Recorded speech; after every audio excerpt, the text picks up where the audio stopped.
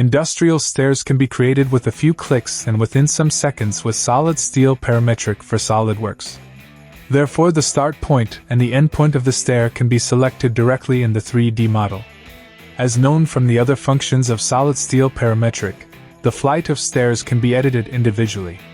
Stair landing platforms can be created, offsets for floor heights can be added, or the position of the stair can be changed individually. During the creation of the stair, up to 6 beams will be created, cut with a miter cut, and placed in the welded component assembly automatically. Also, the stair steps will be placed, the boreholes will be placed into the stringer, and the necessary bolts will be created. In addition, railings of almost all kinds can be placed. The software uses templates for this, which can be set up either with SolidSteel Parametric, with SolidWorks, or a combination of both programs. There are no limits to your creativity. Whether a railing made of stainless steel with glass elements, a railing with wooden handrail, a harp railing, or a classic industrial railing made of steel.